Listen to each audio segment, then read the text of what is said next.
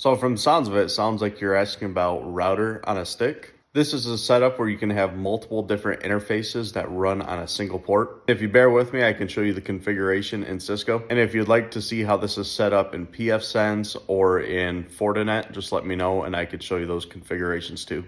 Okay, so this is in Packet Tracer, and besides connecting all the devices, no other configurations have been made.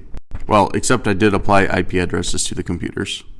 Okay, so the first thing that we're going to do is create the VLANs in our switch, which command for this is just VLAN and then the VLAN ID.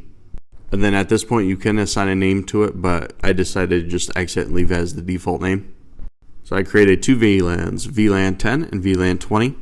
And then we're going to go to interface G01. This is the one that goes to the router. And we're going to configure this as a trunk, which allows all the VLANs to traverse over that line. And for this, I'm just going to allow all the VLANs to go over that line. So with that set up, if I add more VLANs, those VLANs will also be able to go over that single port. Okay, now we need to assign the VLANs for the computers that are plugged in. So PC1 is going to be in VLAN 10, and you use switch port access VLAN 10. And then for the second computer, which is on port 2, we're going to set that up to be in VLAN 20 with the same command. And that's it for that configuration. We can exit out of the switch.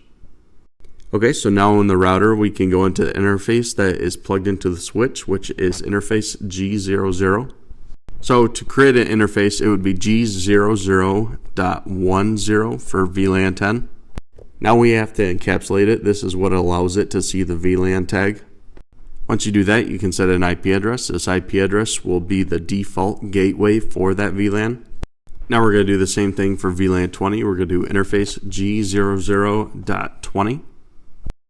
And then same thing, encapsulation .1Q20. Then the IP address for our default gateway for that VLAN. Once that's done, I'm just going to go into interface G00 and do no shutdown in order to bring that port up. And now we can exit out of that and just write the configuration. Okay, so next I'm going to ping from PC1 to PC2. And I'm going to use the simulation part in Packet Tracer so you can actually see the packets moving through. Okay, since the sub interfaces are set up on the router, it's going to go switch first, back to the router, back to the switch, back to the PC. And then it's going to follow that same path all the way back to PC1 for the response. Hope this example helped a little bit.